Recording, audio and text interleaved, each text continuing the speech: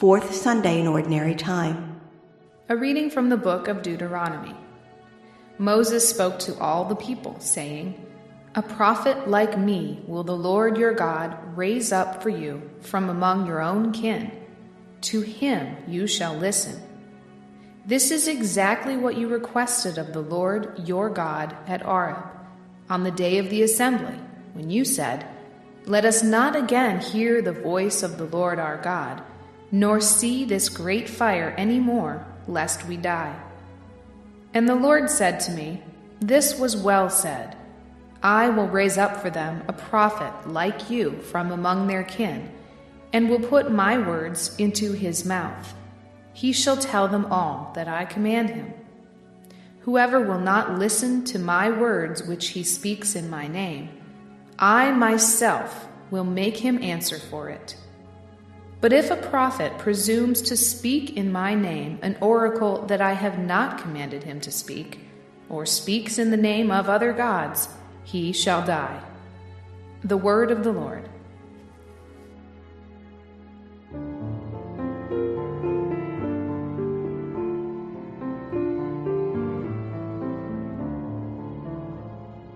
If today you hear his voice, harden not your hearts. If today you hear his voice, harden not your hearts. Come, let us sing joyfully to the Lord.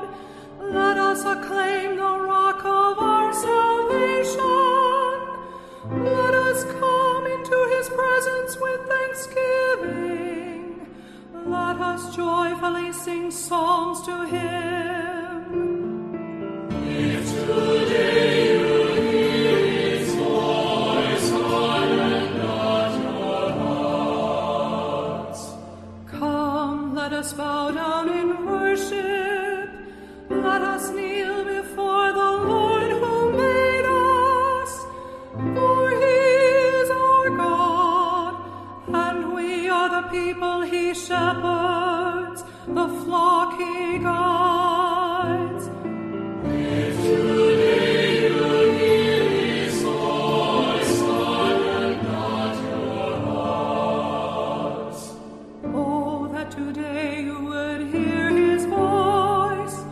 Harden not your hearts as at Meribah, as in the day of Massah in the desert, where your fathers tempted me. They tested me, though they had seen my works. If today you hear his voice, harden not your hearts. A reading from the letter of St. Paul to the Corinthians. Brothers and sisters, I should like you to be free of anxieties. An unmarried man is anxious about the things of the Lord, how he may please the Lord. But a married man is anxious about the things of the world, how he may please his wife, and he is divided. An unmarried woman or a virgin is anxious about the things of the Lord, so that she may be holy in both body and spirit. A married woman, on the other hand, is anxious about the things of the world, how she may please her husband. I am telling you this for your own benefit, not to impose a restraint upon you, but for the sake of propriety and adherence to the Lord without distraction. The word of the Lord. A reading from the Holy Gospel according to Mark. Then they came to Capernaum, and on the Sabbath Jesus entered the synagogue and taught. The people were astonished at his teaching, for he taught them as one having authority, and not as the scribes. In their synagogue was a man with an unclean spirit. He cried out, "What have you to do with us, Jesus of Nazareth? Have you come to destroy us? I know who you are, the Holy One of God." Jesus rebuked him and said, "Quiet, come out of him." The unclean spirit convulsed him, and with a loud cry came out of him. All were amazed and asked one another, "What is this? A new teaching with authority. He commands even the unclean spirits, and they obey him." His fame spread everywhere throughout the whole region of Galilee. The Gospel of the Lord. The first reading comes from Deuteronomy 18:15-20. In this passage, Moses speaks about the fact that the people had asked for a liaison between God and themselves because they were afraid. They felt if they contacted God directly, they would die. Remember, the Israelites believed you can't see the face of God and live. So Moses served as that liaison, but he's getting ready to die. Therefore, he talks about another one who will come along, who will serve as the voice of God to the people. The second reading is from 1 Corinthians 7:32-35. In this passage, Paul recommends that unmarried men and women should remain as they are, because the day of the Lord was upon them.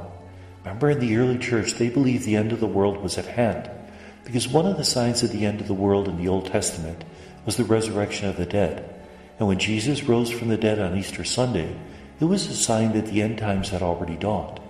Therefore, Paul recommends that you not get married, because the Lord is going to return in a couple of months at most. You kind of have to wonder what people said a couple of years later, whether they wrote Paul saying, "We rented the hall, where's Jesus?" Eventually, Paul stops saying that the end of the world is at hand, and he starts saying that it'll come like a thief in the night. We don't know exactly when it will come, but we should always be ready. What about the idea of committing oneself to celibacy in order to serve the kingdom? Well, we have that in religious life. We have that in consecrated virgins, people who dedicate themselves to the service of the Lord in a special way. It's not that they're better than married people. Sometimes the requirements of married life and having children are much greater than that of celibate life. Nevertheless, there are those in our community who dedicate themselves to the kingdom, and their goal in their celibate love is to love everybody with the same kind of love, not showing partiality, not trying to hold on to people and possess their love, but rather loving them as we will in heaven. That's why they say that celibacy is an eschatological virtue. It's a sign of the end times, that the end times are already dawning in our midst. The Gospel is from Mark 1:21-28. Jesus is in the synagogue on the Sabbath, and there's a man who's possessed by a demon. Now, why a possessed man is in the synagogue, it's not exactly clear. We tend to believe that demons can't be in churches. Whatever. What does the demon say? "What are you doing? Are you trying to destroy us, O Holy One of God?" Notice the demon knows Jesus' true spiritual identity. The people are yet confused. The demon can see who Jesus really is. And Jesus causes that demon to be exorcised out of the man. Now, yesterday we heard about a nature miracle that Jesus was able to calm the sea. Today we hear about an exorcism. And we'll continue to hear about an exorcism and a healing miracle in the Gospels that come in the next days. This is part of Mark's attempt to say that Jesus could do it all. In the ancient world, they believed there were three types of miracles: nature miracles, exorcisms, and healings. And Jesus is shown as doing all of these miracles. He has all of the authority of God. And that's why people are filled with a sense of awe and wonder, because they realize that the teaching of Jesus is not simply words, but it has the very authority of God.